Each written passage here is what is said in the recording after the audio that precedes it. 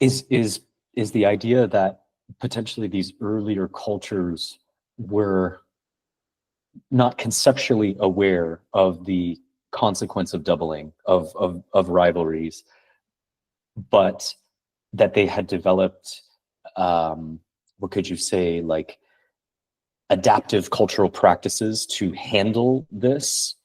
And if so, what were some of those practices? Was it I, some of the dramatic? Go ahead, please. I, I think they in some way had a deep knowledge of the dangers of competition, of mirroring, and all those things. So one of the things that Girard mentions again and again in his work is that there were many cultures who were afraid of twins. So whenever twins happened in those early families, sometimes one of those twins were killed or pushed into the forest and so on.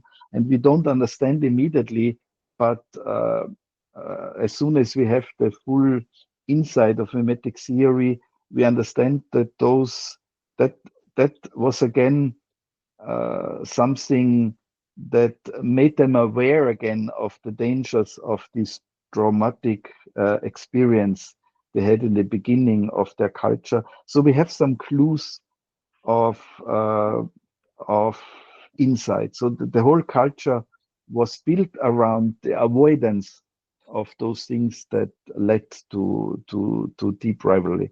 So in some way, those cultures were more aware of those dangers than our modern society. You know, if we Mm-hmm. that was the insight of Claude Lévi-Strauss. Those cultures avoided competition, and today we are in a world where competition is introduced on all levels, and we see it as a very important tool to bring us forward. Mm-hmm. But those cultures avoided competition by all means because they had a deep knowledge how dangerous competition could be. And it's still dangerous today, although we have some other means to handle competition. And competition, of course, brought us technologically, economically forward. So it's an engine, but it's a dangerous engine also in our times. If you think about climate crisis, environmental problems, it's the indirect result of a highly competitive society.